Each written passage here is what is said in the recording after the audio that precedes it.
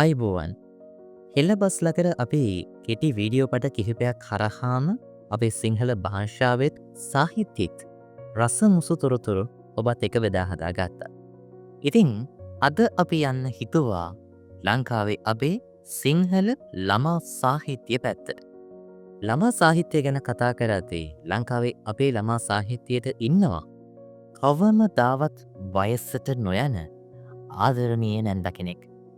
ඇය නමින් සිබිල් වෙත්තසිංහ. අපි කවුරුත් දන්න විදිහට ආදරණීය සිබිල් නැන්දා.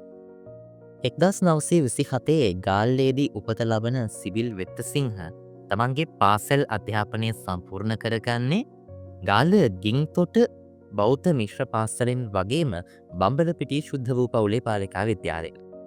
පුංචි කාලෙදී ඇය හරි ලස්සන දඟ වැඩක් කරනවා. පාටකුරක් අරගෙන ගෙදර බිත්තියේ චිත්‍ර ටිකක් අඳිනවා.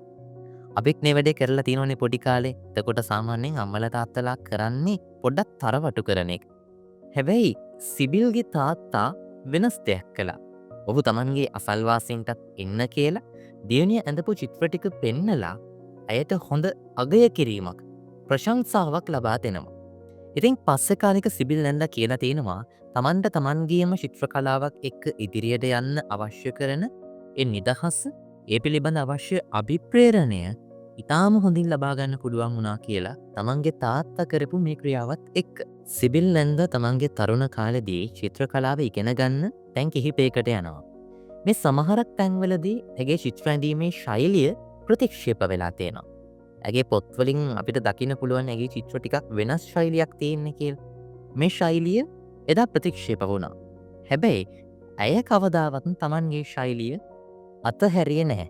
ඒ නිසාම ඇයට පුළුවන් වෙනවා ඉතාමත් ඉක්මනින්ම තමන්ගේම අනන්‍ය ශෛලියක් එක්ක මේ රටේ චිත්‍ර කලාවේ වෙනස්ම සන්නාමයක් බවට පත් වෙන්න. සිබිල් නැන්දව ගොඩක් දෙනා දන්නේ චිත්‍ර ශිල්පිනියක් සහ පොත් ලියපු ලේඛිකාවක් විදිහට. ඇගේ විශේෂත්වය තමන්ම ලියන පොතට තමන්ම ඇඳපු චිත්‍ර යොදාගත්ත එක. 1956 දී ඇය රචනා කරනවා උඩහොරා නැත්නම් The Umbrella Thief කියන ළමා කතාව. මේ කතාව භාෂා විශාල සංඛ්‍යාවකට පරිවර්තනය වෙලා ලෝකයේම ජනප්‍රිය පොතක් බවට පත් වෙනවා.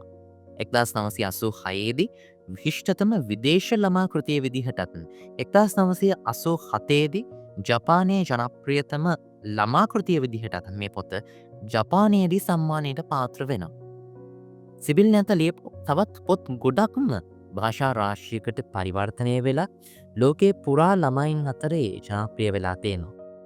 2020 අවුරුද්දේදී සිබිල් නැන්දා හරි ලොකු වැඩක් කළා.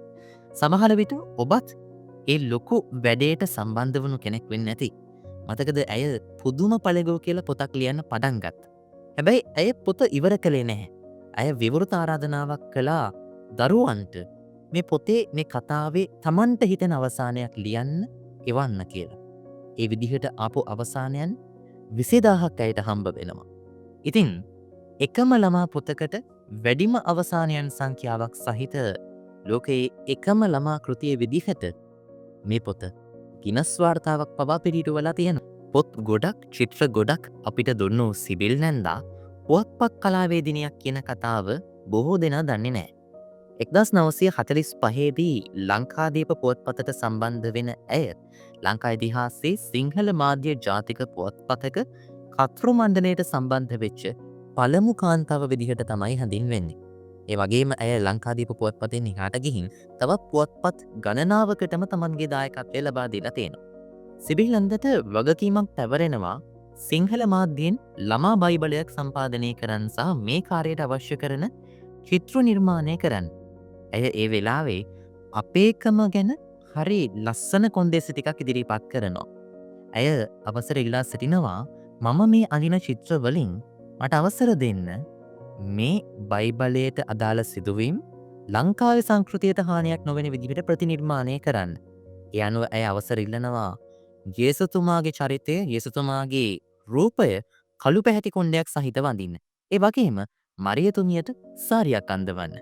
මේ තමයි අපේකම වෙනුවෙන් සිබිල් නැන්දා මහන්සි වෙච්ච විදිහ.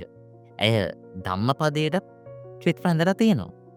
2020 අවුරුද්දේ ජූනි මාසේ 30 වෙනිදා සිබිල් නැන්දා ලංකාවේ ළමා සාහිත්‍යයටත් විශ්ව ළමා සාහිත්‍යයටත් ලොකු හිඩසක් ඉතිරි කරලා අපෙන් සමුගන්නවා. හැබැයි ඇය ඉතිරි කරපු නිර්මාණ එදාන් වගේම අදත් අද වගේම අනාගතයටත් සදාකාලිකවම වලංගුයි.